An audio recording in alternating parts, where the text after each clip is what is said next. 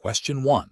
Research into the detection of a rare but clinically significant pathogen in respiratory specimens has led to the identification of a novel selective culture medium that promises improved recovery rates. The laboratory director is considering implementing this new medium to enhance diagnostic yield.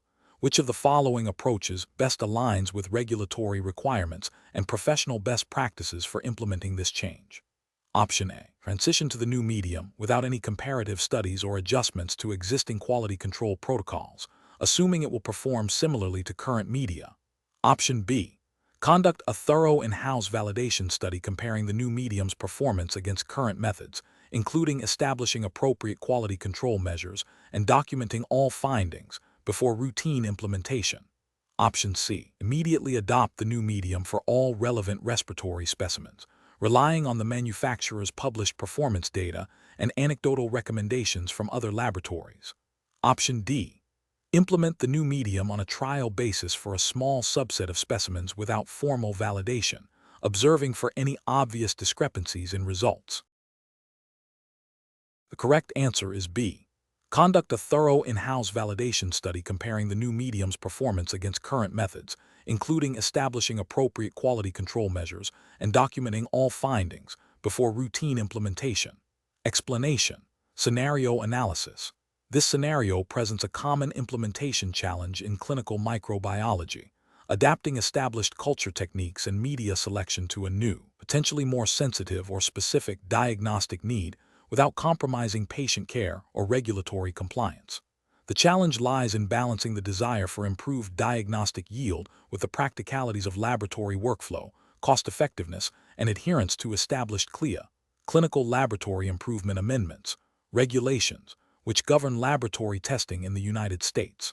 Missteps can lead to delayed or inaccurate diagnoses, increased costs, and regulatory sanctions. Correct approach analysis. The correct approach involves a systematic, evidence-based validation process. This aligns with CLIA requirements for test complexity and quality control. It necessitates a thorough literature review to identify validated media and protocols for the target organism, followed by in-house validation studies. These studies must demonstrate that the new media and techniques perform comparably to or better than existing methods in terms of sensitivity, specificity, and recovery rates for the specific specimen types. Crucially, this process must include establishing appropriate quality control measures, documenting all validation steps, and ensuring staff competency, all of which are mandated by CLIA to ensure the accuracy and reliability of laboratory testing. Incorrect approaches analysis. Implementing a new culture medium solely based on manufacturer claims without independent validation is a significant regulatory and ethical failure. CLIA requires laboratories to ensure the accuracy and reliability of all tests performed.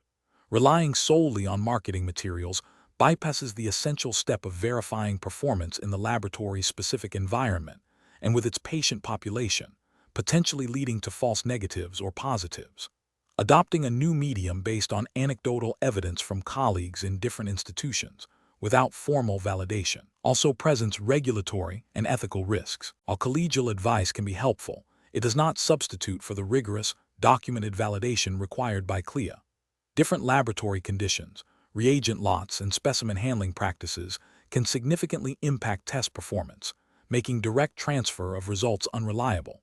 Switching to a new medium without any comparative studies or quality control adjustments is a direct violation of CLIA quality system requirements. CLIA mandates that laboratories establish and follow procedures for test performance, including validation and ongoing quality control. Failure to do so compromises patient safety and the integrity of laboratory results.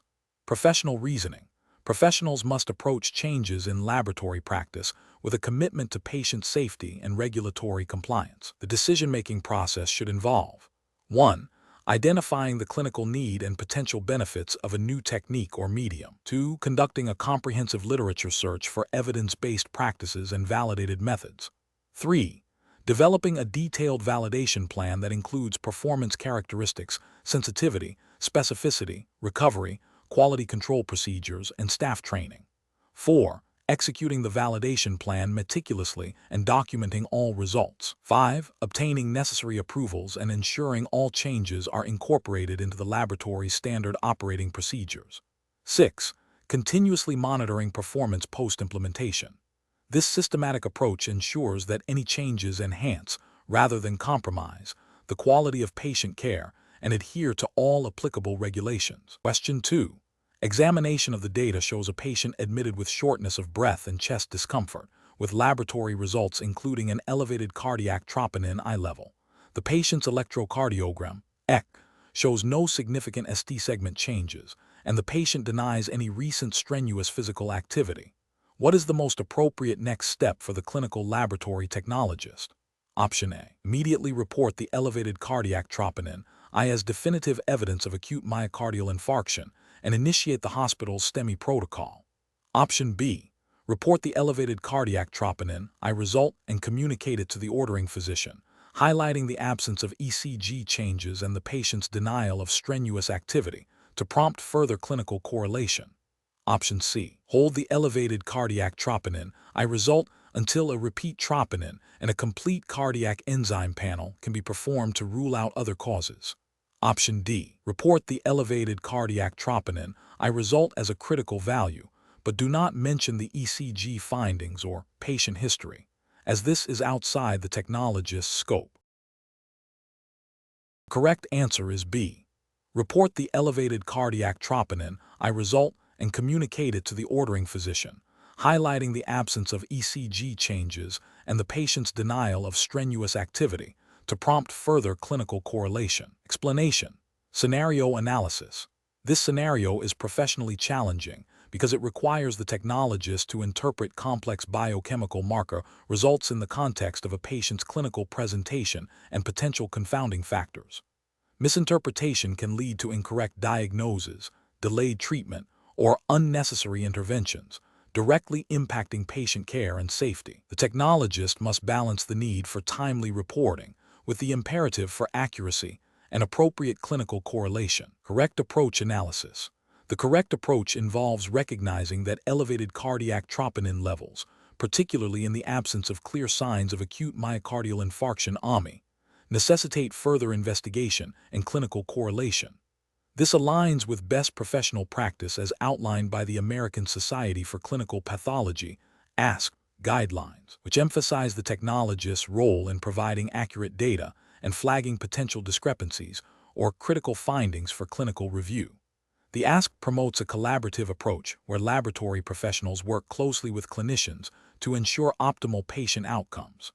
This approach demonstrates a commitment to patient safety by not jumping to conclusions based solely on a single elevated marker, but rather by initiating a process of further evaluation. Incorrect approaches analysis. One incorrect approach is to immediately report the elevated troponin as definitive evidence of AMI without considering other clinical information or potential causes of troponin elevation. This fails to adhere to the ASP emphasis on comprehensive data interpretation and can lead to premature and potentially erroneous clinical decisions. It represents a failure in professional judgment by oversimplifying a complex diagnostic picture. Another incorrect approach is to disregard the elevated troponin result because the patient's symptoms are not classic for AMI. This neglects the technologist's responsibility to report all significant findings, regardless of perceived clinical relevance at the initial stage. The ASP expects laboratory professionals to be vigilant and to communicate all critical values or potentially significant deviations from the norm to the appropriate clinical personnel for further assessment.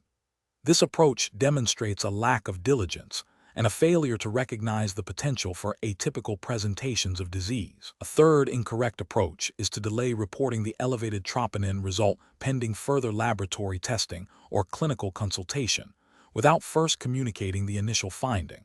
While further investigation is warranted, the initial elevated result itself is a critical piece of information that the clinical team needs to be aware of promptly to guide their diagnostic and management strategies. The ASP stresses the importance of timely communication of critical results to facilitate immediate patient care decisions. Professional reasoning. Professionals should approach this situation by first ensuring the accuracy of the troponin assay. If the assay is confirmed to be accurate, the next step is to review the patient's clinical information available in the laboratory system, such as recent diagnoses, medications, or other laboratory results that might influence troponin levels, e.g., renal dysfunction, sepsis, strenuous exercise. The technologist should then communicate the elevated troponin result, along with any relevant clinical context or potential confounding factors, the ordering physician or appropriate clinical team. This communication should prompt a clinical reevaluation of the patient to determine the cause of the elevated troponin and guide further management. This systematic approach ensures that all available data is considered, patient safety is prioritized, and effective communication channels are maintained between the laboratory and clinical staff, in line with ASK principles of quality patient care. Question 3. Benchmark analysis indicates a 65-year-old male presents with fatigue and pallor. A complete blood count reveals a hemoglobin of 9, 5G/DL, MCV of 72 FL, and MCH of 24 PG. Which of the following initial diagnostic steps is most appropriate to further classify this patient's anemia? Option A. Order serum iron, total iron binding capacity, TIP, and serum ferritin levels. Option B. Perform a peripheral blood smear and order vitamin B12 and folate levels. Option C. Administer an empirical trial of oral iron supplementation. Option D. Initiate a workup for hemolytic anemia, including lactate dehydrogenase, LDH, and haptoglobin. Correct answer is A.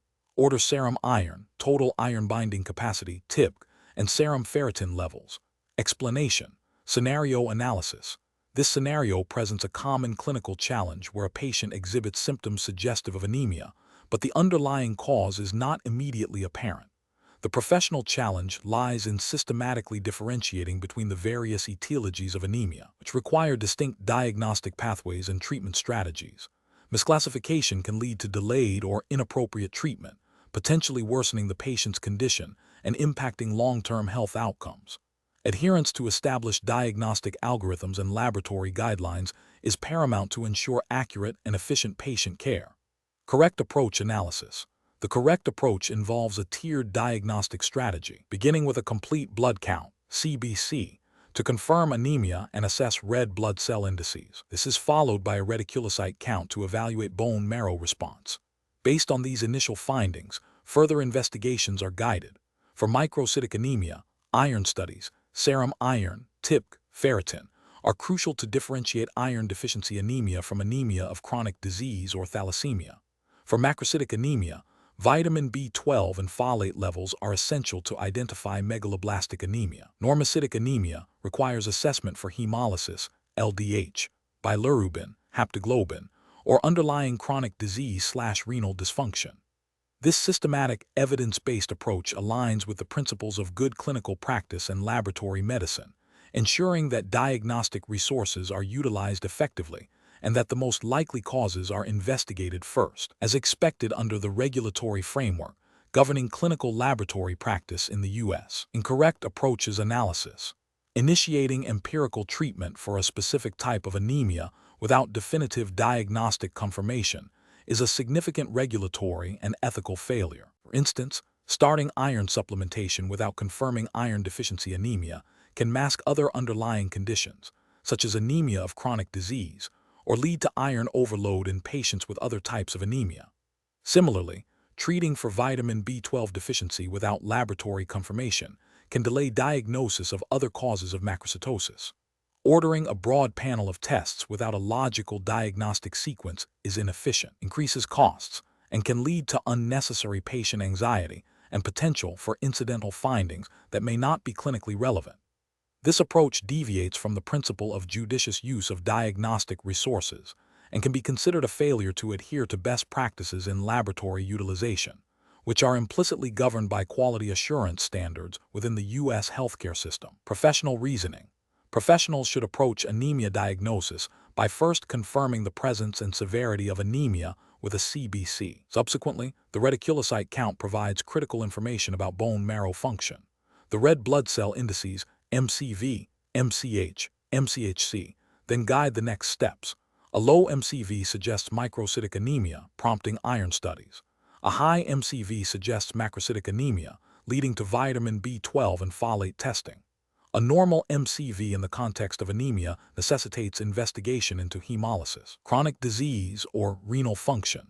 This stepwise, algorithm-driven approach ensures that investigations are targeted, cost-effective, and lead to an accurate diagnosis, thereby optimizing patient care and adhering to professional standards. Question 4. To address the challenge of accurately assessing a patient's risk for bleeding or thrombosis based on coagulation laboratory results, which approach best integrates diagnostic findings with clinical context for optimal patient management? Option A. Immediately initiate anticoagulant therapy if any single coagulation parameter, such as the activated partial thromboplastin time, a PTT, falls outside the normal reference range. Option B. Disregard any abnormal coagulation results if the patient is currently asymptomatic, assuming no immediate clinical concern exists. Option C. Rely solely on the patient's self-reported symptoms of bleeding or bruising to determine the urgency of further coagulation testing and intervention. Option D. Prioritize a comprehensive risk assessment that synthesizes all available coagulation laboratory data with the patient's clinical presentation, medical history, and concurrent medications. The correct answer is D. Prioritize a comprehensive risk assessment that synthesizes all available coagulation laboratory data with the patient's clinical presentation, medical history, and concurrent medications. Explanation: scenario analysis. This scenario presents a professional challenge due to the critical nature of coagulation testing in patient care. Misinterpreting or inadequately assessing coagulation results can lead to delayed or incorrect treatment, potentially causing significant patient harm, including uncontrolled bleeding or thrombotic events. The challenge lies in synthesizing multiple laboratory findings, patient history, and clinical presentation to accurately assess the risk of bleeding or thrombosis, requiring a deep understanding of coagulation physiology and pathology, as well as the ability to apply this knowledge in a risk-stratified manner. Correct approach analysis. The correct approach involves a comprehensive risk assessment that integrates laboratory data with clinical information. This aligns with best professional practices in laboratory medicine and patient safety, as mandated by regulatory bodies like the American Society for Clinical Pathology, ASCP, which emphasizes competency in interpreting laboratory results in the context of patient care. A thorough risk assessment considers the specific coagulation pathway affected, the severity of the abnormality, the patient's clinical presentation, e.g., presence of bleeding symptoms, history of thrombosis, and concurrent medications, e.g., anticoagulants.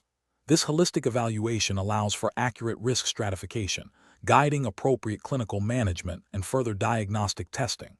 This approach is ethically sound, prioritizing patient well-being and adhering to the principle of beneficence. Incorrect approach is analysis, focusing solely on a single abnormal laboratory value without considering the broader clinical picture is a significant regulatory and ethical failure. For example, an isolated prolonged activated partial thromboplastin time, a PTT, without clinical correlation might be due to a laboratory artifact or a mild factor deficiency that poses minimal immediate risk. Ignoring this context and immediately escalating to aggressive anticoagulation would be inappropriate and potentially harmful, violating the principle of non-maleficence. Similarly, relying only on a patient's subjective report of bleeding without objective laboratory confirmation or a thorough clinical assessment can lead to overtreatment or misdiagnosis. This approach fails to meet the standard of care expected in laboratory diagnostics and patient management, potentially contravening guidelines for quality assurance and patient safety. Another incorrect approach would be to dismiss all abnormal coagulation results if the patient is asymptomatic, as some coagulation disorders can be silent until a significant hemostatic challenge arises. This oversight could lead to misdiagnoses of serious underlying conditions, impacting long-term patient health and violating the duty of care. Professional reasoning. Professionals should approach coagulation disorder assessment by first reviewing all available laboratory data, including prothrombin time, PT, a PTT, international normalized ratio INR, platelet count and fibrinogen levels, alongside any specific factor assays or D-dimer results. This data should then be correlated with the patient's presenting signs and symptoms, medical history, including prior bleeding or thrombotic events, and current medications. A systematic risk assessment framework should be employed to determine the likelihood and severity of potential bleeding or thrombotic complications. This framework should guide decisions regarding further investigations, therapeutic interventions, and patient monitoring, always prioritizing patient safety and evidence-based practice. Question 5. Analysis of a patient's serum sample reveals an enzyme activity level that falls outside the established reference range. The technologist observes that the enzyme's Michaelis-Menten constant, Km, appears to be significantly altered compared to typical values, suggesting a potential change in the enzyme's affinity for its substrate. Considering the clinical presentation, which is not immediately indicative of a condition typically associated with such a kinetic alteration, what is the most appropriate next step for the clinical laboratory technologist? Option A. Report the raw enzyme activity value as is, assuming the observed kinetic change is an inherent characteristic of this particular patient's enzyme. Option B. Immediately adjust the laboratory's reference range for this enzyme to encompass the patient's observed activity level. Option C. Discard the results and request a new sample, concluding that the observed kinetic alteration is definitively an error without further investigation. Option D. Consult with a supervisor or pathologist to discuss the findings and explore potential causes for the altered enzyme kinetics, considering both pre-analytical factors and the patient's clinical status. The correct answer is D. Consult with a supervisor or pathologist to discuss the findings and explore potential causes for the altered enzyme kinetics, considering both pre-analytical factors and the patient's clinical status.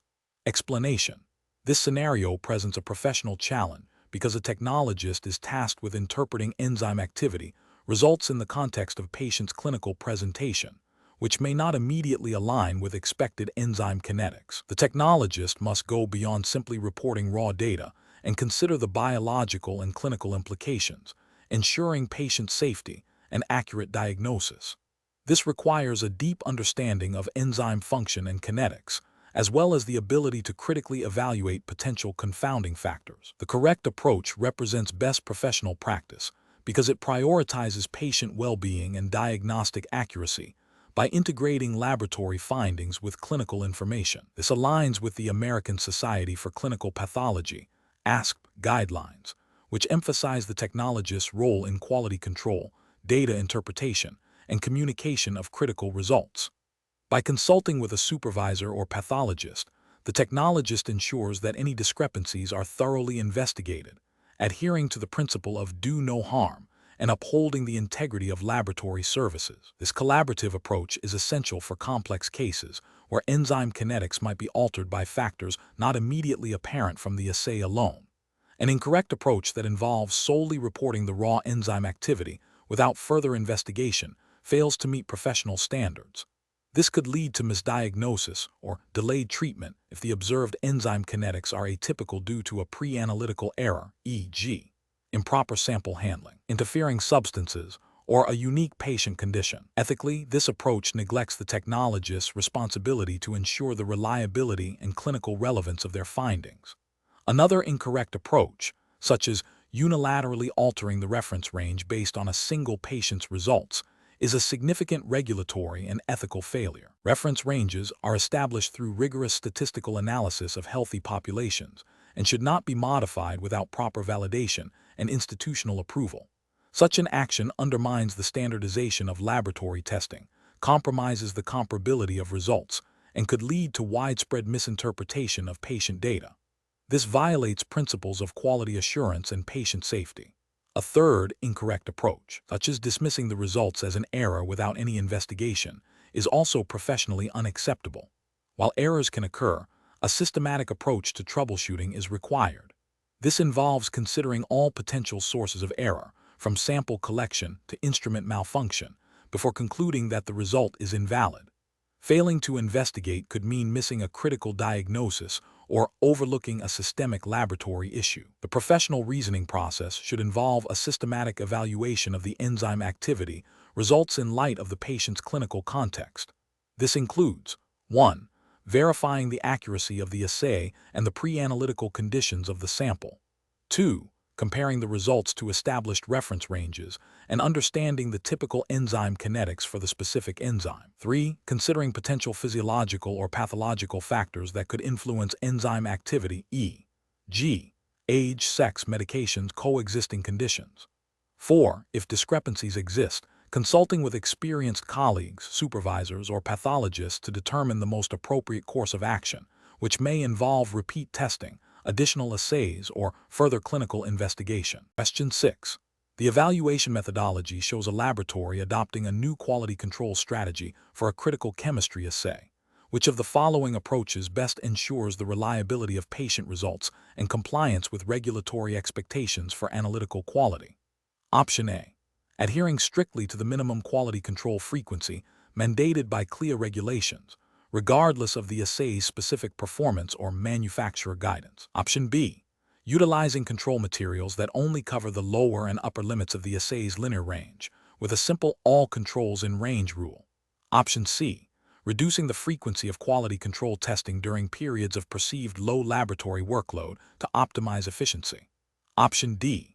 Implementing a statistically validated quality control rule set that incorporates control materials at clinically relevant concentrations, with frequency determined by assay performance characteristics and manufacturer recommendations. The correct answer is D. Implementing a statistically validated quality control rule set that incorporates control materials at clinically relevant concentrations, with frequency determined by assay performance characteristics and manufacturer recommendations. Explanation. The evaluation methodology shows a laboratory implementing a new quality control (QC) strategy for a critical diagnostic assay. This scenario is professionally challenging because the choice of QC strategy directly impacts patient safety, diagnostic accuracy, and regulatory compliance.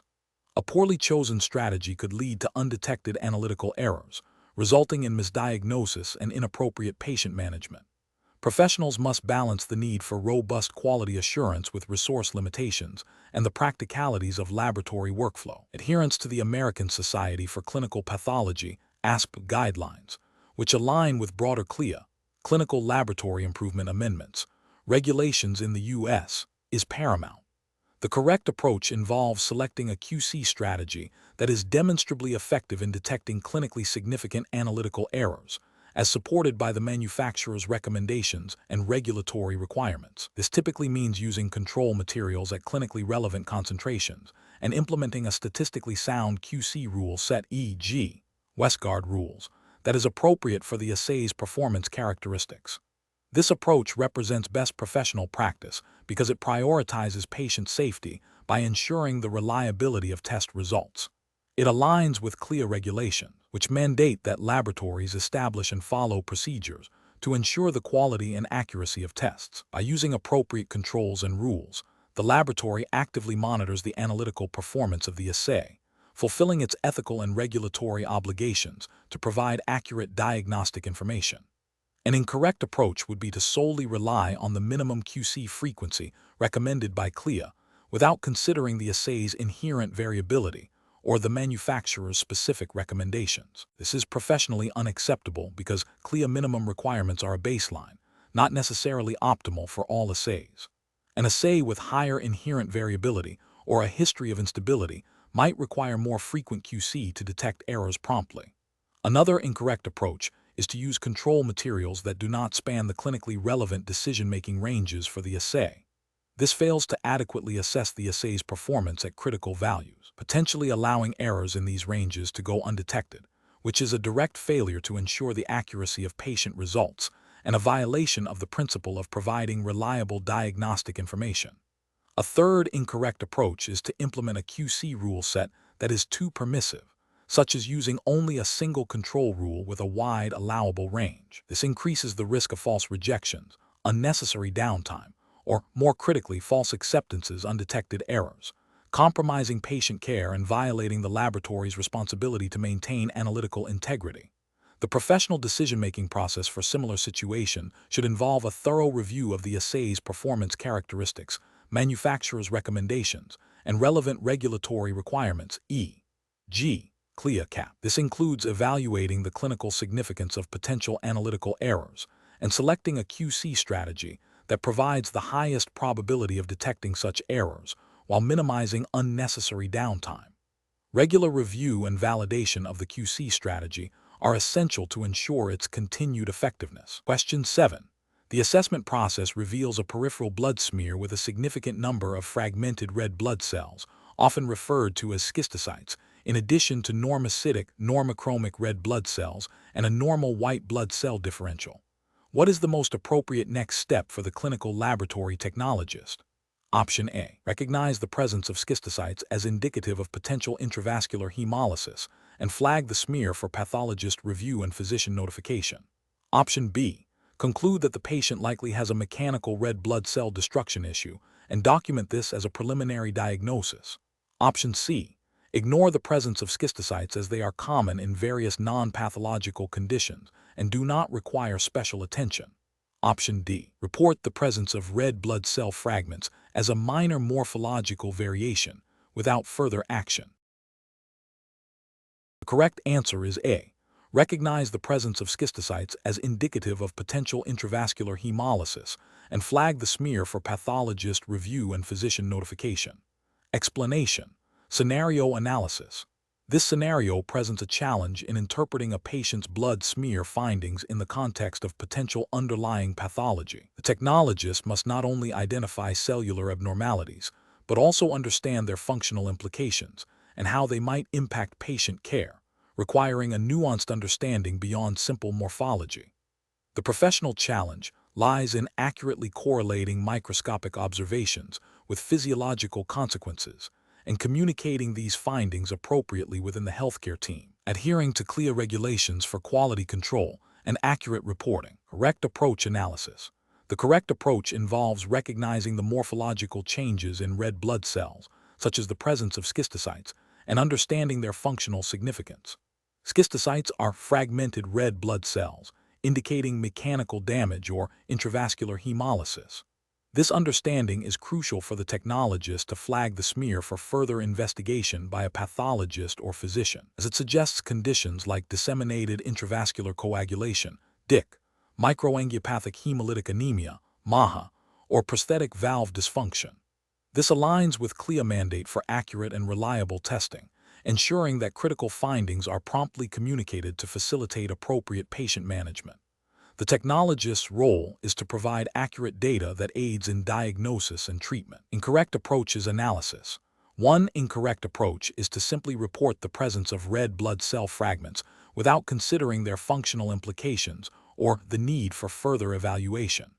This fails to meet the professional standard of providing clinically relevant information and could delay diagnosis and treatment. It represents a failure to fully execute the technologist's responsibility under CLIA to ensure the quality and utility of laboratory results.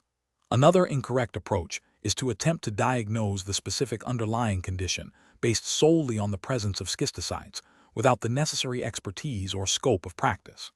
This oversteps professional boundaries and could lead to misdiagnosis, violating ethical principles and CLIA requirement for qualified personnel to perform and interpret tests. A third incorrect approach is to dismiss the finding as insignificant without considering the potential clinical impact. This demonstrates a lack of understanding of the functional consequences of cellular abnormalities and a failure to adhere to quality assurance principles, potentially leading to a misdiagnosis and adverse patient outcomes, which is contrary to the spirit of CLIA regulations aimed at patient safety. Professional reasoning. Professionals should approach such findings by first accurately identifying and quantifying the abnormal cells. They must then access their knowledge base regarding the functional implications of these cells. If the finding suggests a potentially serious condition, the next step is to follow established laboratory protocols for critical value reporting and notification of the ordering physician or pathologist. This involves clear, concise communication of the observed morphology and its potential clinical significance, enabling the healthcare team to make informed decisions. Adherence to CLIA regulations regarding specimen handling, testing, quality control, and reporting is paramount throughout this process. Question 8. What factors determine the appropriate level of risk assessment and validation required for a modified clinical laboratory testing procedure before its routine implementation? Option A. The extent of the modification to the original testing procedure and the potential impact on analytical performance and patient safety. Option B. The perceived urgency of obtaining test results for patient care. Option C. The cost-effectiveness of implementing the modified procedure compared to existing methods. Option D. The availability of similar validated testing procedures from other laboratories. The correct answer is A. The extent of the modification to the original testing procedure and the potential impact on analytical performance and patient safety. Explanation. Scenario analysis. This scenario is professionally challenging because it requires a clinical laboratory scientist, CLS, to balance the immediate need for diagnostic information with the potential for patient harm due to an unvalidated testing method. The CLS must exercise critical judgment to ensure that patient care is not compromised by the introduction of new or modified procedures without proper verification. The pressure to provide timely results can conflict with the imperative to maintain accuracy and reliability, which are cornerstones of laboratory practice and patient safety. Correct approach analysis. The correct approach, which involves a thorough risk assessment and validation of the modified testing procedure before its routine use, represents best professional practice. This aligns directly with the regulatory framework established by the American Society for Clinical Pathology (ASP) and governing bodies like the Clinical Laboratory Improvement Amendments, CLIA, in the United States. CLIA mandates that all laboratory testing, including modified procedures, must be performed with accuracy, reliability, and promptness. A risk assessment systematically identifies potential hazards associated with the modification, such as decreased sensitivity, increased specificity, or altered turnaround time, and establishes mitigation strategies. Validation ensures that the modified method performs as intended, meeting established performance specifications for accuracy, precision, linearity, and analytical sensitivity and specificity. This proactive approach safeguards patient results and upholds the CLS's ethical responsibility to provide high-quality diagnostic information. Incorrect approaches analysis. Implementing the modified testing procedure immediately without any form of risk assessment or validation is a significant regulatory and ethical failure. This bypasses the fundamental CLIA requirement for method validation and quality control, directly jeopardizing patient safety by potentially yielding inaccurate or misleading results. It demonstrates a disregard for professional standards and the ethical obligation to practice competently and safely. Relying solely on the manufacturer's claims for the original kit without considering the impact of the modification is also professionally unacceptable. While manufacturers provide performance data, modifications can alter these characteristics. The CLS has a professional responsibility to ensure that the *specific* procedure used in their laboratory, with any modifications, meets performance standards. Failing to verify this is a lapse in due diligence and a potential violation of CLIA quality system requirements. Assuming the modification is minor and therefore does not require formal validation is a dangerous assumption. Even seemingly small changes can have significant impacts on assay performance. Professional practice dictates that all modifications to established testing procedures undergo a risk assessment and validation process to confirm their continued suitability for diagnostic use. This assumption undermines the scientific rigor required in a clinical laboratory. Professional reasoning. When faced with a modified testing procedure, a clinical laboratory scientist should employ a systematic decision-making process. This begins with understanding the nature and extent of the modification. Next, a risk assessment should be conducted to identify potential impacts on assay performance and patient safety. Based on the risk assessment, a validation plan should be developed and executed to confirm the modified method's accuracy, precision, and reliability. This process should be documented thoroughly. If the validation demonstrates acceptable performance, the modified procedure can be implemented with appropriate quality control measures. If performance is not acceptable, the modification should not be used, or further adjustments and revalidation are necessary. This structured approach ensures that patient care is prioritized and regulatory compliance is maintained. Question 9. The assessment process reveals inconsistent adherence to personal protective equipment, PPE, protocols and improper biohazard waste segregation across multiple laboratory shifts.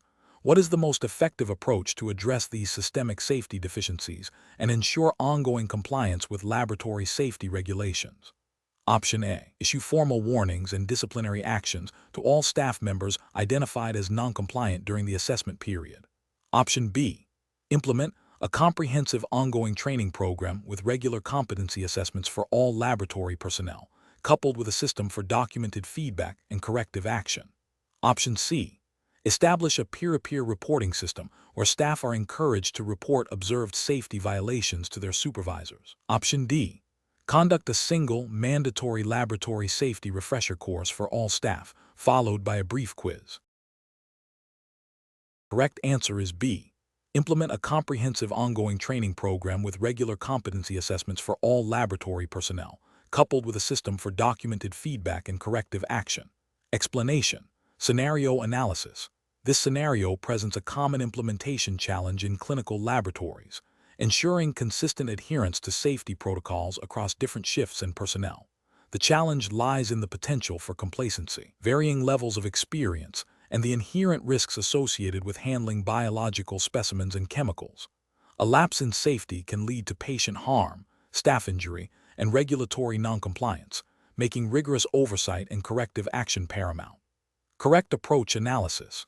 Implementing a robust, multifaceted training and competency assessment program directly addresses the identified deficiencies. This approach aligns with the principles of good laboratory practice, GLP, and the requirements of regulatory bodies like the College of American Pathologists, CAP, and the Clinical Laboratory Improvement Amendments, CLIA, in the U.S. Regular documented training ensures all personnel are aware of current safety procedures, including proper personal protective equipment, PPE, usage, waste disposal, and emergency protocols. Competency assessments, which can include direct observation, skills testing, and knowledge quizzes, verify that individuals can apply this knowledge effectively. This proactive and systematic approach minimizes risk and demonstrates a commitment to a safe working environment, which is a cornerstone of laboratory accreditation and compliance. Incorrect approaches analysis. Focusing solely on disciplinary action without addressing the root cause of the safety lapses is a reactive and ineffective strategy. It fails to educate staff, correct misunderstandings, or reinforce best practices, leading to a cycle of repeated errors. This approach can foster a climate of fear rather than a culture of safety, and is unlikely to satisfy regulatory expectations for continuous quality improvement. Implementing a single, one-time training session is insufficient for long-term safety compliance. Laboratory safety is dynamic, with evolving protocols and new risks. Without ongoing reinforcement and assessment, knowledge and practices can degrade over time, increasing the likelihood of errors. Regulatory bodies expect a sustained commitment to safety, not a perfunctory training event. Relying on peer reporting alone, without a structured system for verification and follow-up, is also problematic. While peer observation can be a valuable component of a safety program, it lacks the systematic oversight and accountability necessary to ensure comprehensive compliance. It may miss critical breaches or lead to inconsistent enforcement, undermining the overall safety culture and regulatory standing of the laboratory. Professional reasoning. Professionals should approach safety challenges by first identifying the specific gaps through assessment. The next step is to implement evidence-based interventions that address the root causes, prioritizing education, competency validation, and continuous improvement. This involves developing and executing comprehensive training programs, establishing clear performance expectations, and implementing regular monitoring and feedback mechanisms. A culture of safety is built on proactive risk management, open communication, and a commitment to learning from both successes and failures, all within the framework of applicable regulations. Question 10. Regulatory review indicates that a clinical microbiology laboratory has isolated a gram-negative rod from a blood culture of an immunocompromised patient. The organism is identified as a member of the Enterobacterales order, but further species-level identification is challenging due to atypical biochemical reactions. The technologist is tasked with providing an initial assessment of the potential pathogenic significance of this isolate to guide the clinical team. Which of the following approaches best reflects the principles of microbial pathogenesis in this context? Option A.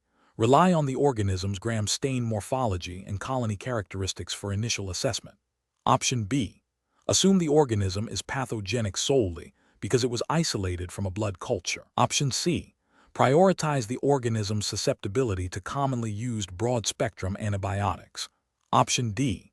Focus on the organism's ability to adhere to host tissues and produce toxins that disrupt cellular function. The correct answer is D. Focus on the organism's ability to adhere to host tissues and produce toxins that disrupt cellular function. Explanation. Scenario analysis. This scenario presents a challenge in a clinical microbiology setting where a novel or unusual microbial isolate is identified. The challenge lies in accurately assessing the potential pathogenic mechanisms of this organism to guide appropriate patient management and infection control strategies. Misinterpretation of virulence factors or host pathogen interactions can lead to delayed or incorrect treatment, potentially worsening patient outcomes and contributing to the spread of infection. The technologist must integrate knowledge of microbial pathogenesis with available laboratory data and clinical context. Correct approach analysis. The correct approach involves a systematic evaluation of the isolate's known or suspected virulence factors and their potential impact on host defenses. This includes considering factors such as adherence mechanisms, toxin production, immune evasion strategies, and the ability to invade host tissues. By correlating these pathogenic principles with the patient's clinical presentation and specimen source, the technologist can provide a more informed assessment of the organism's likely role in the infection and its potential severity. This aligns with the ASP emphasis on the technologist's role in providing accurate and relevant diagnostic information that directly impacts patient care, adhering to principles of good laboratory practice and patient safety. Incorrect approaches analysis. One incorrect approach would be to solely rely on the organism's identification without further consideration of its pathogenic potential. This fails to acknowledge that even common organisms can exhibit varying degrees of virulence, and less common organisms may possess significant pathogenic mechanisms not immediately apparent from identification alone. This approach neglects the critical step of assessing the how of pathogenesis, which is essential for a comprehensive diagnostic interpretation. Another incorrect approach would be to assume that any organism isolated from a sterile site is inherently pathogenic without evaluating specific virulence factors. While sterile sites are generally considered to be free of microbial contamination, the mere presence of an organism does not automatically equate to it being the causative agent of disease. A thorough assessment of the organism's ability to cause harm is still necessary. A third incorrect approach would be to focus exclusively on antibiotic susceptibility patterns without considering the underlying mechanisms of pathogenesis. While susceptibility testing is crucial for treatment, it does not directly explain how an organism causes disease. Understanding pathogenesis provides a broader context for interpreting susceptibility data and predicting clinical outcomes. Professional reasoning. Professionals should adopt a systematic approach to evaluating microbial isolates, particularly those with unusual characteristics or from critical specimens. This involves 1. Accurate identification of the organism. 2. Researching known virulence factors associated with the identified organism or similar species. 3. Considering the specimen source and patient's clinical presentation to infer potential mechanisms of disease. 4. Correlating laboratory findings, e.g., gram stain biochemical tests, molecular data, with pathogenic principles. 5. Communicating findings clearly and concisely to clinicians, highlighting potential pathogenic significance. This decision-making process ensures that diagnostic information is not only accurate but also clinically relevant and actionable. Question 11. The monitoring system demonstrates a consistent, albeit slight, upward trend in the mean fluorescence intensity for a specific antibody in an indirect immunofluorescence assay for autoimmune disease screening over the past 2 weeks, with all quality control results remaining within acceptable ranges. Option A. Continue routine testing as all quality control results are within acceptable ranges, and address the trend only if it leads to a critical out-of-specification result. Option B. Review patient results from the past 2 weeks to identify any that might have been affected by this trend and consider retesting those patients. Option C. Initiate a thorough investigation into potential causes for the observed trend, including reagent lot changes, instrument calibration drift, or environmental factors, and document all findings and any necessary corrective actions. Option D. Immediately recalibrate the instrument and rerun all quality control samples to see if the trend corrects itself. The correct answer is C. Initiate a thorough investigation into potential causes for the observed trend, including reagent lot changes, instrument calibration drift, or environmental factors, and document all findings and any necessary corrective actions. Explanation. Scenario analysis. This scenario presents a challenge in ensuring the accuracy and reliability of serological testing methods within a clinical laboratory setting, which is directly overseen by the American Society for Clinical Pathology, ASP, guidelines, and relevant U.S. federal regulations like the Clinical Laboratory Improvement Amendments, CLIA. The core challenge lies in maintaining optimal process performance for a critical diagnostic function. Deviations from established protocols can lead to inaccurate patient results, impacting diagnosis, treatment, and patient safety. The need for continuous monitoring and proactive intervention is paramount to uphold laboratory standards and patient care. Correct approach analysis. The correct approach involves a systematic review of the monitoring system's data to identify trends and deviations from established performance specifications. This aligns with CLIA regulations, which mandate quality control and assurance for all laboratory testing. ASK professional practice guidelines emphasize the importance of data-driven decision-making for process optimization. By analyzing trends, a technologist can proactively identify potential issues before they lead to critical errors, allowing for timely corrective actions such as recalibration, reagent checks, or equipment maintenance. This proactive stance ensures the continued accuracy and reliability of serological tests, upholding the highest standards of patient care and regulatory compliance. Incorrect approaches analysis. Implementing corrective actions solely based on a single out-of-specification result without investigating the underlying cause is a regulatory and ethical failure. CLIA requires investigation of all QC failures. This approach is reactive rather than proactive and may lead to unnecessary interventions or mask a persistent underlying problem. Ignoring minor but consistent deviations from established performance specifications is also a failure.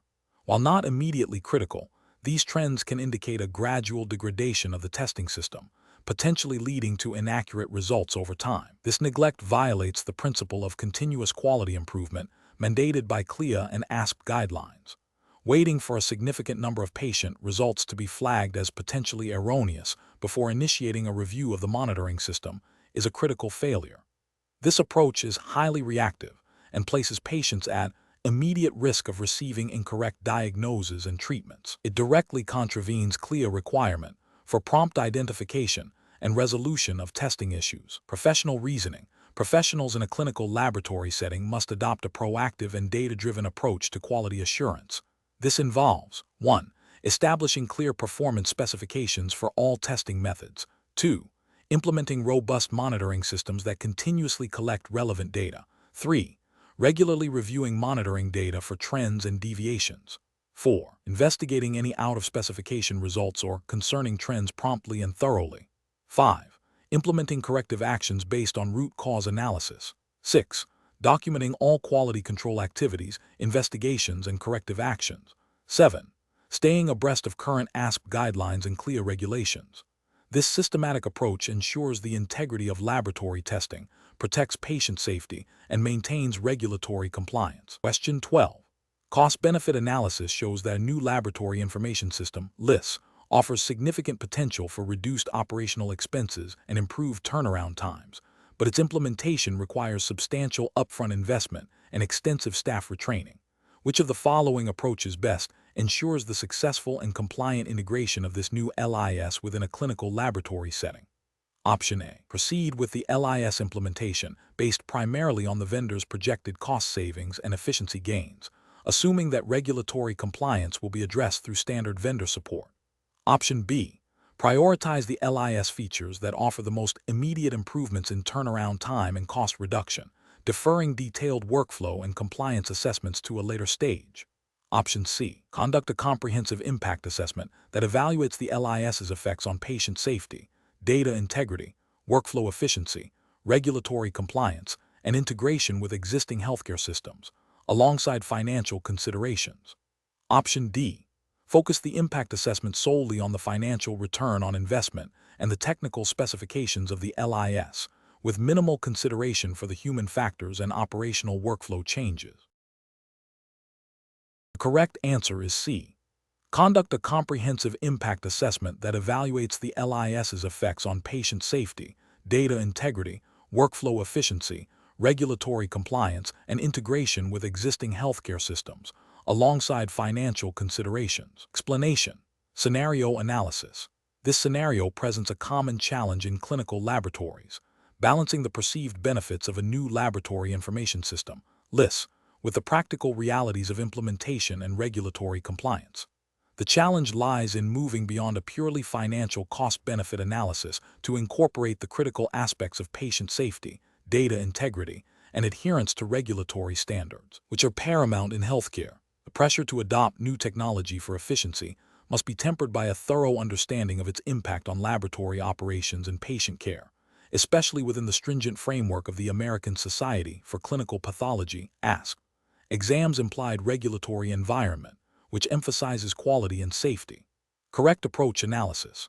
The correct approach prioritizes a comprehensive impact assessment that extends beyond financial metrics. This involves evaluating how the new LIS will affect workflow, staff training, data security, integration with existing systems, like electronic health records (EHRs), and most importantly, patient safety and diagnostic accuracy. Regulatory compliance, as overseen by bodies like CLIA, Clinical Laboratory Improvement Amendments, in the U.S., mandates that laboratory systems ensure accurate and reliable testing. A thorough impact assessment will identify potential risks to these areas and outline mitigation strategies. This aligns with best professional practice by ensuring that technological advancements enhance, rather than compromise, the quality and safety of laboratory services, thereby meeting regulatory expectations for patient care. Incorrect approaches analysis, focusing solely on the initial cost savings and ignoring potential downstream impacts, represents a significant regulatory and ethical failure. This approach risks overlooking critical issues such as data migration errors, system downtime affecting patient results, inadequate training leading to errors, or noncompliance with data privacy regulations, like HIPAA in the U.S. Such oversights can lead to patient harm, regulatory penalties, and reputational damage. Another incorrect approach would be to prioritize features that offer the most immediate operational convenience without a full understanding of their long-term implications for data integrity or regulatory reporting. This can lead to systems that are difficult to validate, audit, or maintain in compliance with evolving standards. Finally, adopting a system based on vendor promises without independent validation of its performance and security features is a failure to exercise due diligence, potentially exposing the laboratory to significant risks and noncompliance. Professional reasoning. Professionals should adopt a systematic, risk-based approach to LIS implementation. This involves forming a multidisciplinary team to conduct a thorough needs assessment, followed by a detailed impact assessment that considers clinical, operational, financial, and regulatory dimensions. Vendor selection should be based on demonstrated compliance with relevant standards, robust security features, and a clear understanding of integration capabilities. Post-implementation, continuous monitoring and validation are essential to ensure ongoing compliance and optimal performance. The decision-making process should always place patient safety and data integrity at the forefront, guided by regulatory requirements and ethical obligations. Question 13. Operational review demonstrates a consistent backlog in the mycology and parasitology section, leading to delays in reporting critical results. To address this, the laboratory director is considering several strategies to optimize workflow. Which of the following approaches best aligns with regulatory requirements and best practices for accurate diagnostic identification of fungal elements and parasites? Option A. Reducing the required magnification and illumination settings for routine parasite and fungal element examinations to expedite the screening process. Option B.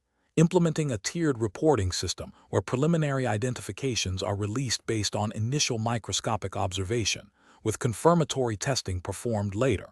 Option C. Standardizing the use of specific, validated staining techniques and microscopy protocols, coupled with mandatory consultation of reference atlases and experienced personnel for all identified organisms, regardless of perceived familiarity. Option D. Encouraging technologists to rely more heavily on pattern recognition and prior experience, reducing the need for confirmatory stains and detailed microscopic descriptions for common organisms. The correct answer is B. Implementing a tiered reporting system where preliminary identifications are released based on initial microscopic observation, with confirmatory testing performed later. Explanation. Scenario analysis. This scenario presents a common challenge in clinical mycology and parasitology, ensuring accurate and timely identification of organisms to guide patient care. The professional challenge lies in balancing the need for rapid results with the requirement for meticulous technique and adherence to established protocols. Misidentification or delayed reporting can lead to inappropriate treatment, prolonged illness, and potential spread of infection, impacting patient outcomes and laboratory reputation. The pressure to optimize workflow must not compromise diagnostic accuracy or regulatory compliance. Correct approach analysis. The correct approach emphasizes a systematic, protocol-driven method for identifying fungal elements and parasites. This involves utilizing appropriate staining techniques, e.g., KOH preparations for fungi, modified acid-fast stains for Cryptosporidium, trichrome stains for protozoa, microscopy with proper magnification and illumination, and comparison with reliable atlases or reference materials. Adherence to established laboratory standard operating procedures, SOP, is paramount, as these are designed to ensure consistency, accuracy, and compliance with CLIA regulations for laboratory testing. Proper specimen handling, including fixation and preservation, is also critical for successful identification. This approach directly supports the CLIA requirement for accurate and reliable laboratory testing, ensuring patient safety and quality of care. Incorrect approach is analysis. One incorrect approach involves relying solely on visual recognition without confirmatory staining or reference materials. This is a significant regulatory and ethical failure because it bypasses established diagnostic standards, increasing the risk of misidentification. CLIA mandates that laboratories follow validated methods to ensure accuracy. Another incorrect approach is to prioritize speed over thoroughness, such as by skipping confirmatory steps or using suboptimal microscopy settings. This violates the ethical obligation to provide accurate diagnostic information and the CLIA requirement for quality control and proficiency testing. Furthermore, failing to document findings meticulously or to consult with experienced personnel when encountering unusual morphology constitutes a failure to adhere to good laboratory practice and can lead to diagnostic errors, impacting patient management and potentially violating CLIA documentation and personnel qualification standards. Professional reasoning. Professionals should approach mycology and parasitology diagnostics by first understanding the specimen type and the suspected pathogens. They must then select the most appropriate diagnostic methods and stains based on established protocols and clinical information. Meticulous microscopy, including proper focusing, illumination, and objective lens selection, is essential. When encountering challenging or unfamiliar organisms, consulting with experienced colleagues or reference materials is a critical step. Documentation of all findings, including morphology, size, and staining characteristics, is non-negotiable.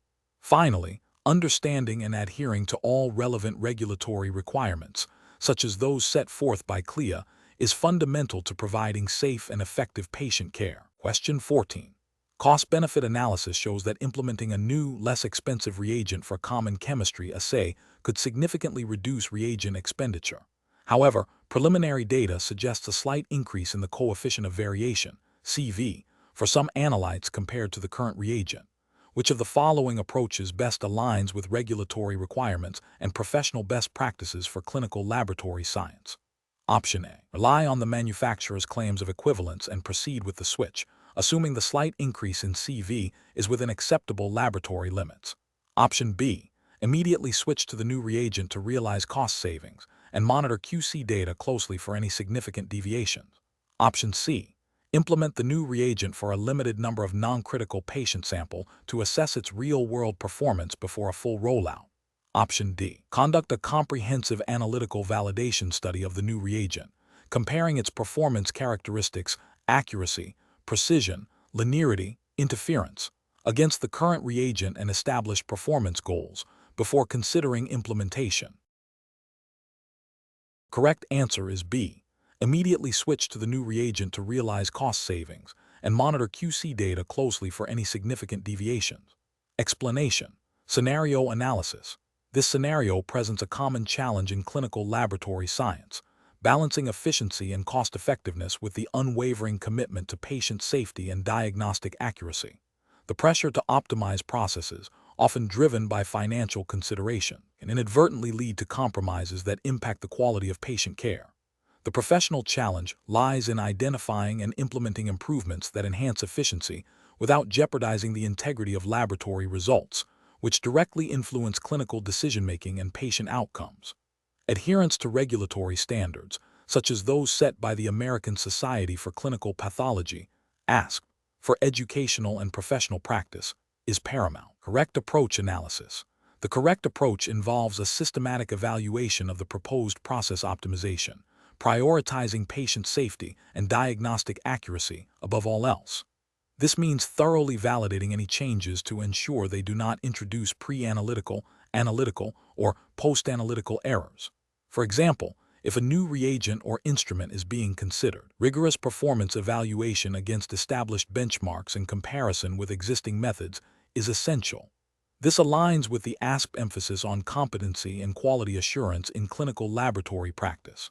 The approach should also consider the impact on turnaround time, staff training, and the potential for increased error rates. A phased implementation with robust monitoring and feedback mechanisms is crucial to confirm that the optimization achieves its intended benefits without compromising quality. This demonstrates best professional practice by upholding the ethical responsibility to provide reliable diagnostic information. Incorrect approaches analysis. Implementing a new automated system without comprehensive validation studies to confirm its accuracy and reliability compared to the existing manual method represents a significant regulatory and ethical failure. This bypasses critical quality control measures and could lead to erroneous results, directly impacting patient care and violating CLIA, Clinical Laboratory Improvement Amendments, regulations, which mandate proficiency testing and quality assurance. Adopting a new, less expensive reagent solely based on cost savings without verifying its performance characteristics, such as sensitivity, specificity, and stability, is another failure. This disregards the fundamental principle of using validated and approved materials, potentially leading to inaccurate patient results and violating good laboratory practices, GLP.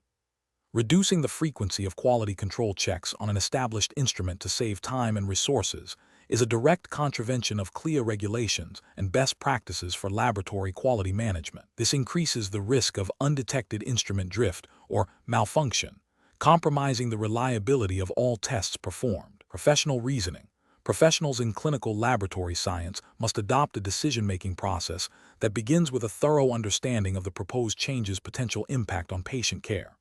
This involves consulting relevant regulatory guidelines e.g., CLIA, CAP, Internal Standard Operating Procedures, SOP, and manufacturer's instructions.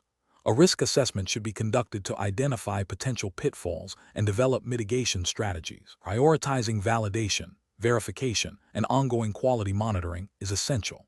When faced with cost-saving pressures, professionals must advocate for evidence-based decisions that uphold quality standards, communicating the potential risks of unverified changes to stakeholders.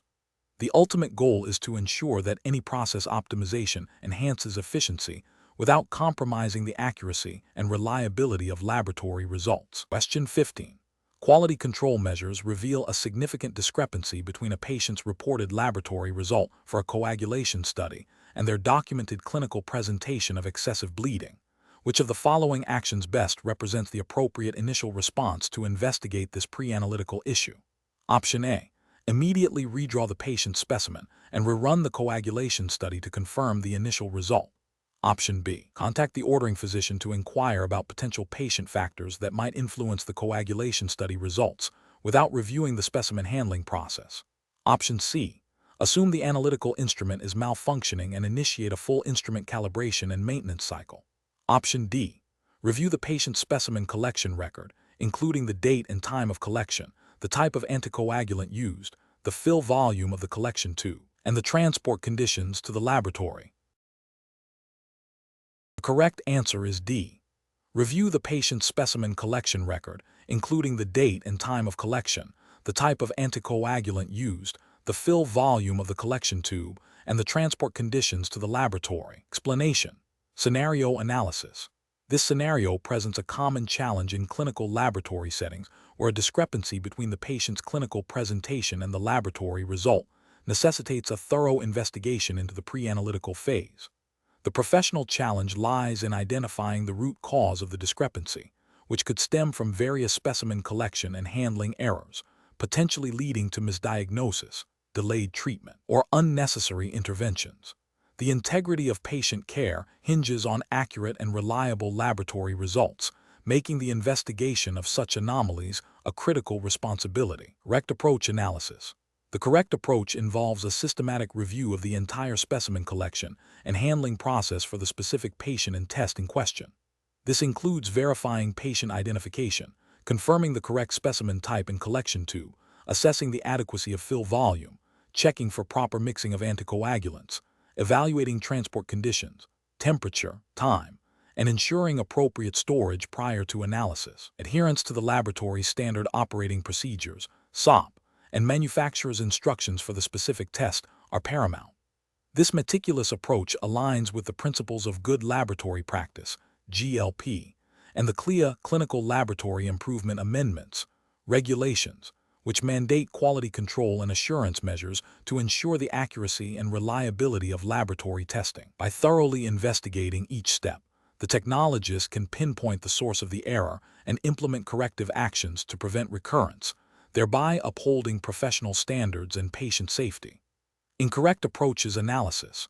One incorrect approach would be to immediately assume a technical error within the analytical instrument, without first investigating the pre-analytical variables. This bypasses crucial steps in the quality assurance process and could lead to a false conclusion, masking a preventable collection or handling issue. This failure to follow a systematic investigative protocol violates the principles of GLP and CLIA, which require a comprehensive review of all potential sources of error. Another incorrect approach would be to simply redraw the specimen without attempting to identify the cause of the initial discrepancy. While a redraw may yield a correct result, it fails to address the underlying problem in the collection or handling process. This reactive approach, rather than a proactive one, can lead to repeated errors and compromises the laboratory's commitment to continuous quality improvement, a core tenet of regulatory compliance. A third incorrect approach would be to dismiss the discrepancy as a minor variation without further investigation, especially if the result is not drastically outside the reference range, but still inconsistent with the clinical picture. This demonstrates a lack of diligence and a failure to recognize that even subtle pre-analytical errors can impact diagnostic accuracy. Such an oversight can have serious consequences for patient management and represents a significant ethical and professional lapse. Professional reasoning. Professionals should approach such discrepancies with a mindset of critical inquiry. The decision-making process should begin with a thorough review of the patient's record and the specific test ordered. Next, a systematic evaluation of the specimen's journey from collection to analysis, guided by established SOPs and regulatory requirements, is essential. This involves questioning each step of the pre-analytical process. If a potential error is identified, immediate corrective action should be taken, followed by documentation and communication with the ordering physician and laboratory management. The focus should always be on identifying the root cause to prevent future occurrences and ensure the highest standard of patient care. Question 16. Cost-benefit analysis shows that a new immunoassay analyzer for a specific analyte offers significantly higher sensitivity, but at a substantially increased reagent cost. What is the most appropriate initial step for the clinical chemistry laboratory director to take before deciding on implementation? Option A. Rely on the manufacturer's published performance data and recommendations to justify the adoption of the new analyzer. Option B. Conduct a thorough clinical validation of the new analyzer's performance characteristics in the laboratory's specific patient population and assess the clinical impact of improved sensitivity on patient management. Option C. Prioritize the new analyzer based on its lower overall reagent cost per test, assuming comparable clinical utility. Option D. Immediately implement the new analyzer to leverage its superior sensitivity, assuming it will lead to better patient outcomes. The correct answer is B. Conduct a thorough clinical validation of the new analyzer's performance characteristics in the laboratory's specific patient population and assess the clinical impact of improved sensitivity on patient management. Explanation. Scenario analysis. This scenario presents a common challenge in clinical chemistry laboratories, balancing the need for accurate and timely patient results with the financial realities of laboratory operations. The introduction of a new, potentially more sensitive but expensive immunoassay analyzer for a specific analyte requires a thorough risk assessment. The challenge lies in evaluating the clinical utility and potential patient benefit against the increased cost and the need for validation and staff training. A hasty decision could lead to either unnecessary expenditure or compromised patient care. Correct approach analysis. The correct approach involves a comprehensive risk assessment that prioritizes patient safety and diagnostic accuracy while considering financial implications. This aligns with the fundamental ethical and professional responsibilities of a clinical laboratory professional, as guided by the American Society for Clinical Pathology (ASC) principles. Specifically, it emphasizes a systematic evaluation of the new technology's performance characteristics, sensitivity, specificity, precision, accuracy, in the context of the intended patient population and the clinical questions being addressed.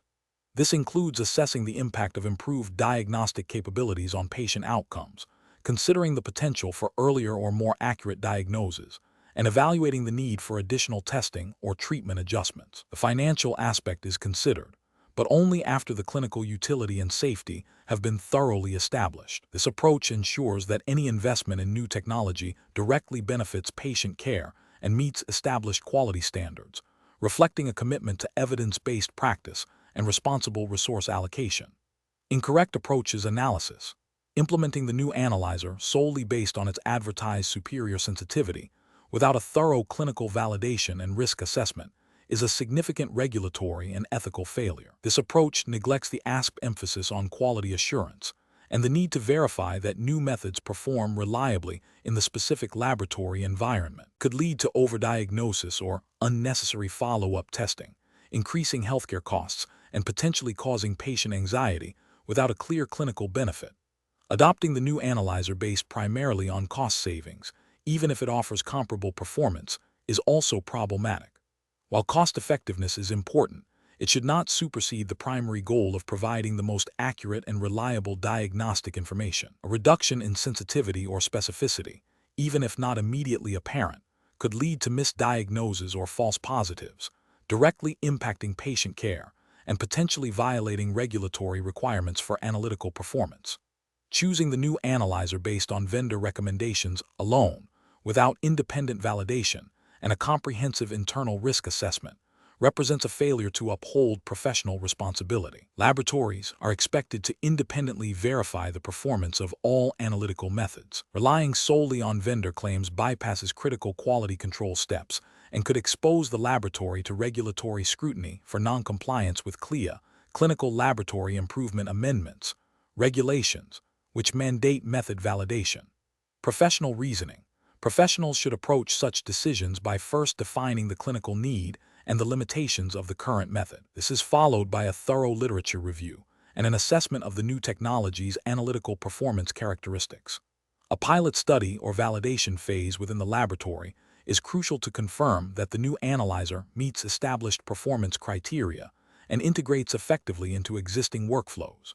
This process should involve input from clinicians to understand the impact of potential changes on patient management. The financial implications are then weighed against the demonstrated clinical benefits and the costs associated with maintaining the current system. This systematic, evidence-based approach ensures that decisions are driven by patient welfare and regulatory compliance, fostering a culture of continuous quality improvement. Question 17.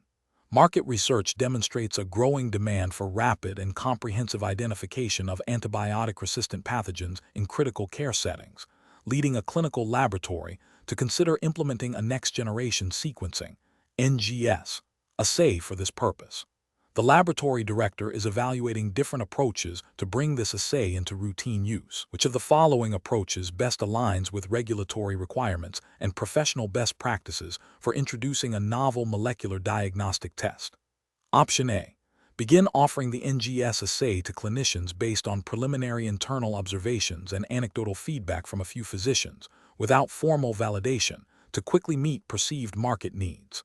Option B. Implement the NGS assay after performing a limited internal verification of a few key performance parameters, such as basic positive and negative controls, and then proceed with patient testing while planning for a more comprehensive validation in the future. Option C. Conduct a thorough analytical validation study to establish the assay's sensitivity, specificity, accuracy, and limit of detection using well-characterized reference materials and clinical samples, followed by a clinical validation study to assess its performance in a real-world patient population and correlate results with established diagnostic methods and clinical outcomes, all while adhering to CLIA and FDA guidelines. Option D. Proceed with implementing the NGS assay for patient testing immediately, relying solely on the performance data provided by the assay manufacturer, as market demand is high and the technology is widely recognized as advanced. The correct answer is C. Conduct a thorough analytical validation study to establish the assay's sensitivity, specificity, accuracy, and limit of detection using well-characterized reference materials and clinical samples, followed by a clinical validation study to assess its performance in a real-world patient population and correlate results with established diagnostic methods and clinical outcomes, all while adhering to CLIA and FDA guidelines. Explanation: scenario analysis. This scenario presents a common challenge in clinical laboratories, balancing the adoption of new, potentially more sensitive molecular diagnostic technologies with the established regulatory requirements for test validation and quality assurance. The pressure to offer advanced testing, driven by market demand and the potential for improved patient care, must be carefully weighed against the need to ensure the accuracy, reliability, and safety of these tests, as mandated by regulatory bodies like the FDA and CLIA. The professional challenge lies in navigating the validation process for a novel NGS assay in a way that meets these stringent requirements without undue delay or excessive cost, while also considering the implications for patient management and laboratory workflow. Correct approach analysis. The correct approach involves a systematic and comprehensive validation process that adheres to established guidelines for molecular diagnostic assays. This includes rigorous analytical validation, determining sensitivity, specificity, accuracy, precision, linearity, and limit of detection, and clinical validation, demonstrating the assay's ability to correctly identify or rule out the presence of target pathogens in patient samples, correlating with clinical outcomes or other established diagnostic methods. This approach is best professional practice because it directly addresses the regulatory requirements for test performance and safety. Adherence to FDA guidelines for in vitro diagnostics (IVD) and CLIA regulations for laboratory testing ensures that the NGS assay is reliable, reproducible, and fit for its intended purpose, thereby protecting patient safety and providing clinically meaningful results. Incorrect approaches analysis. Implementing the NGS assay without comprehensive analytical and clinical validation would be a significant regulatory and ethical failure. This bypasses the fundamental requirement for demonstrating test accuracy and reliability, potentially leading to misdiagnosis, inappropriate treatment, and patient harm.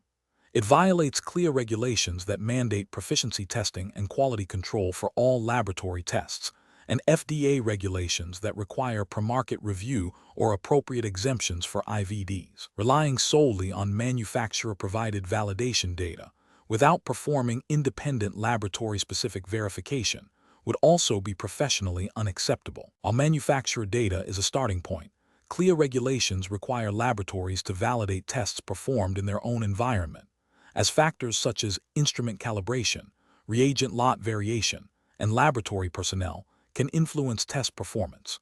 Failure to perform this independent verification risks introducing errors and compromises the laboratory's responsibility for the quality of its testing. Adopting the NGS assay based on anecdotal evidence or the perceived demand from clinicians without a robust validation process is another critical failure.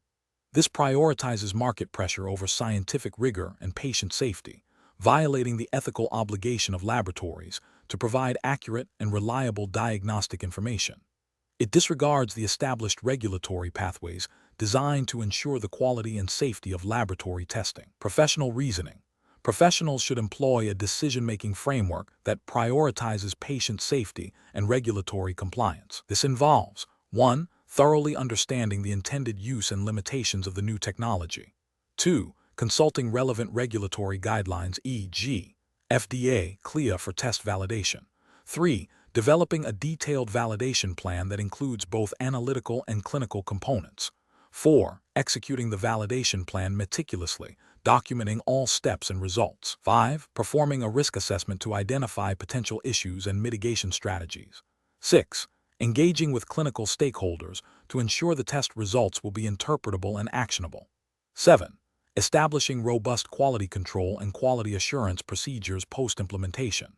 This systematic approach ensures that new technologies are introduced responsibly and ethically, meeting both clinical needs and regulatory mandates. Question 18. The efficiency study reveals a new rapid diagnostic assay for Staphylococcus aureus with a significantly reduced turnaround time compared to the current method. What is the most appropriate next step for the laboratory director to ensure compliance with regulatory requirements and maintain diagnostic accuracy? Option A. Initiate a comprehensive analytical validation study of the new assay within the laboratory to confirm its performance characteristics and suitability for clinical use. Option B. Proceed with the new assay after a quick assessment of its cost-effectiveness and potential impact on laboratory staffing. Option C. Immediately implement the new assay across all relevant laboratory sections, prioritizing the reported efficiency gains.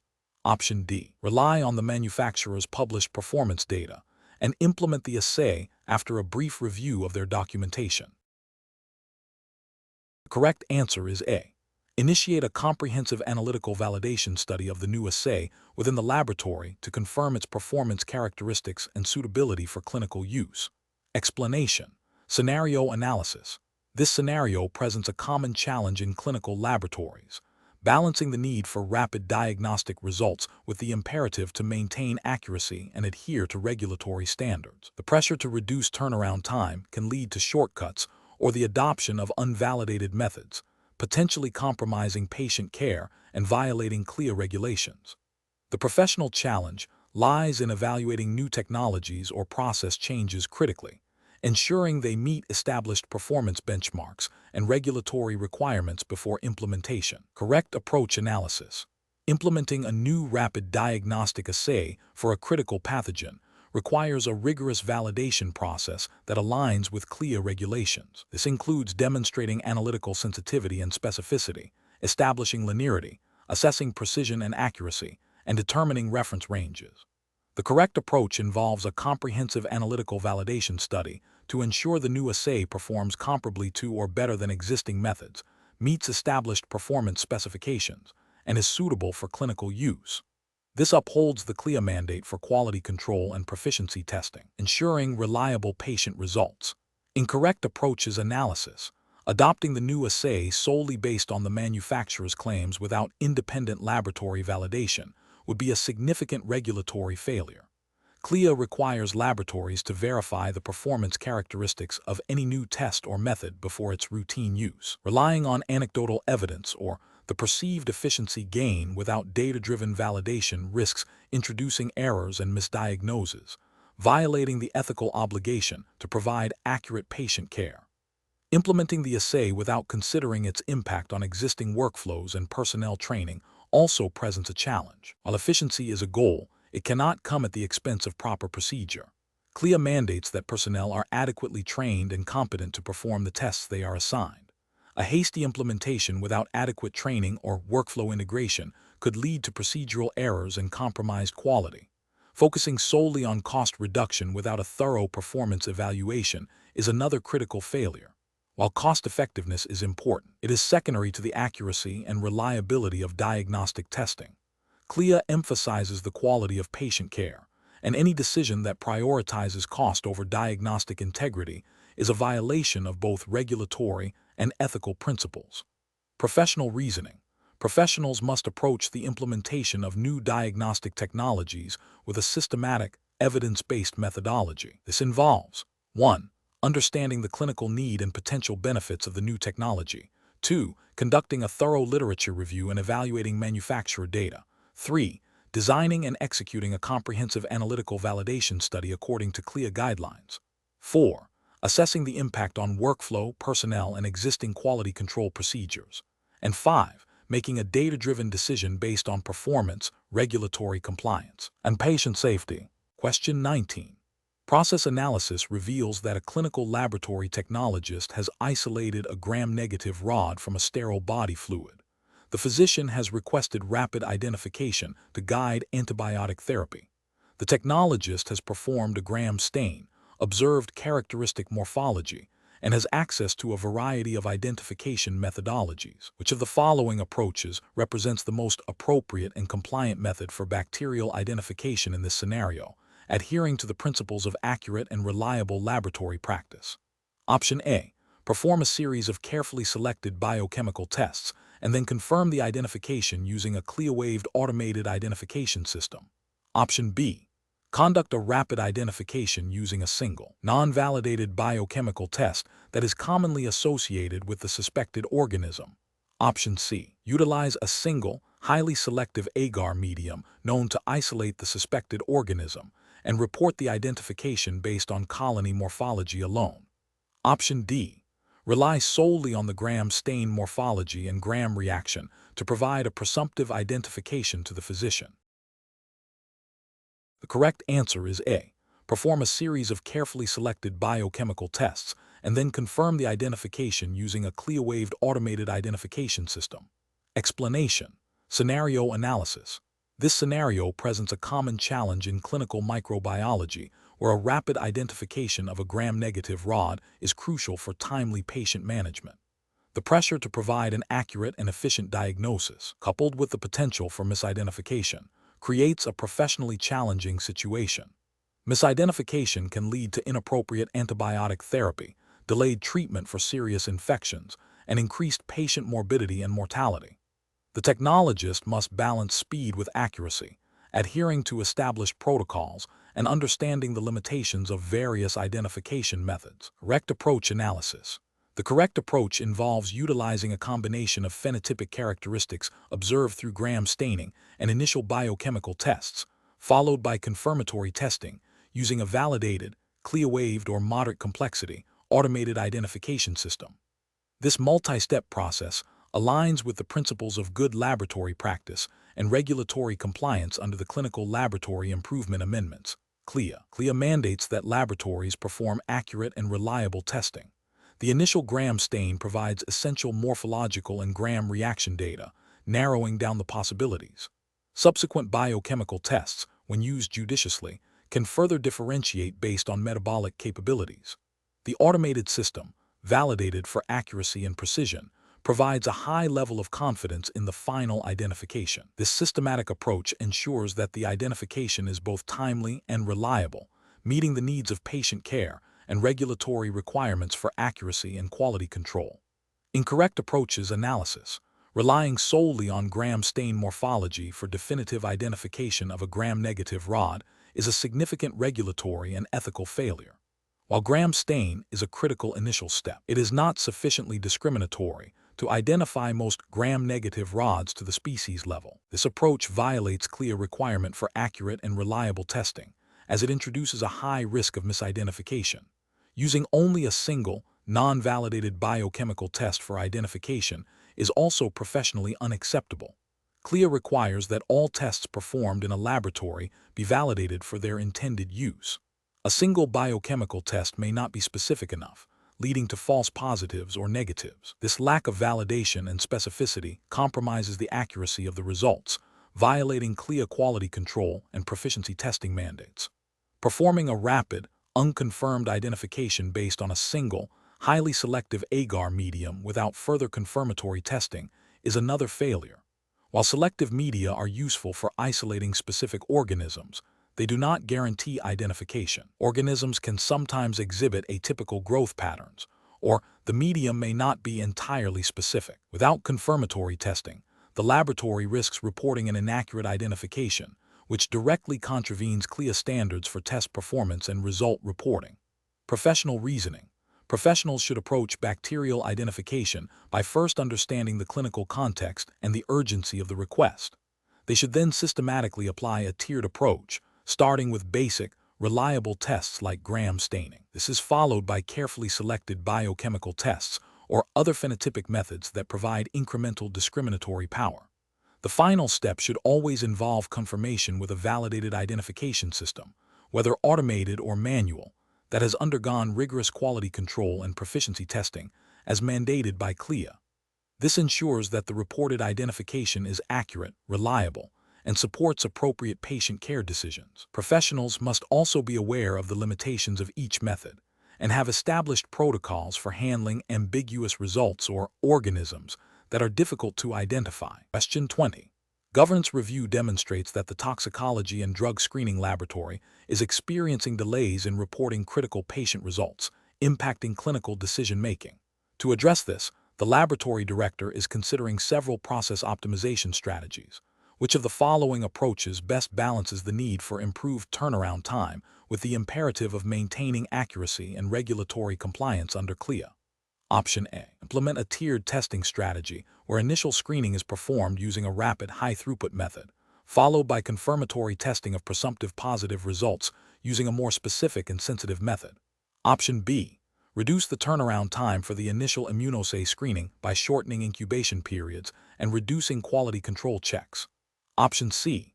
Automate the entire toxicology workflow, including result interpretation and reporting, without manual oversight or review of critical steps. Option D. Introduce a novel, rapid point-of-care testing device for all toxicology screens, without prior validation or comparison to established laboratory methods. The correct answer is A. Implement a tiered testing strategy where initial screening is performed using a rapid, high-throughput method, followed by confirmatory testing of presumptive positive results using a more specific and sensitive method. Explanation. Scenario analysis. This scenario presents a common challenge in toxicology and drug screening laboratories, balancing the need for efficient turnaround times with the absolute requirement for accuracy and regulatory compliance. The pressure to reduce turnaround time can inadvertently lead to shortcuts that compromise the integrity of the testing process, potentially impacting patient care and leading to regulatory noncompliance. The professional challenge lies in identifying and implementing process improvements that enhance efficiency without sacrificing the quality and reliability of results, all while adhering to strict CLIA regulations. Correct approach analysis. Implementing a tiered testing strategy where initial screening is performed using a rapid, high-throughput method, followed by confirmation of positive results with a more specific and sensitive method, like GCMS or LCMS/MS, represents best professional practice. This approach is aligned with CLIA regulations, 42 CFR Part 493, which mandate that laboratories must ensure the accuracy and reliability of all testing performed.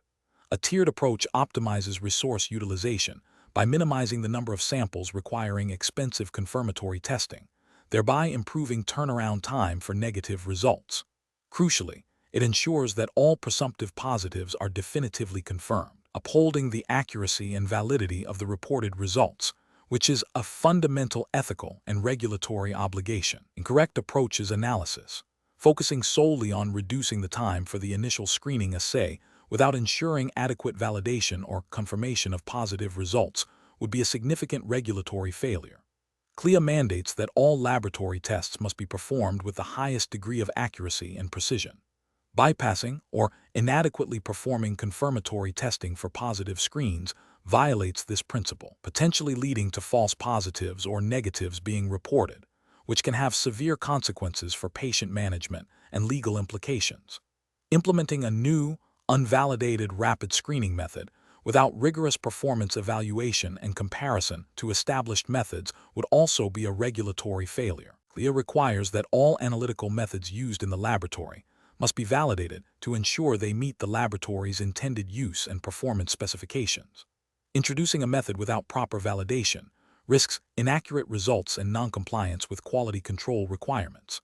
Relying solely on automation for the entire toxicology workflow without considering the need for manual review and quality checks for critical steps, such as sample accessioning or interpretation of complex results, could also lead to errors. While automation enhances efficiency, it does not eliminate the need for human oversight and quality assurance processes mandated by CLIA to ensure the integrity of the testing process. Professional reasoning.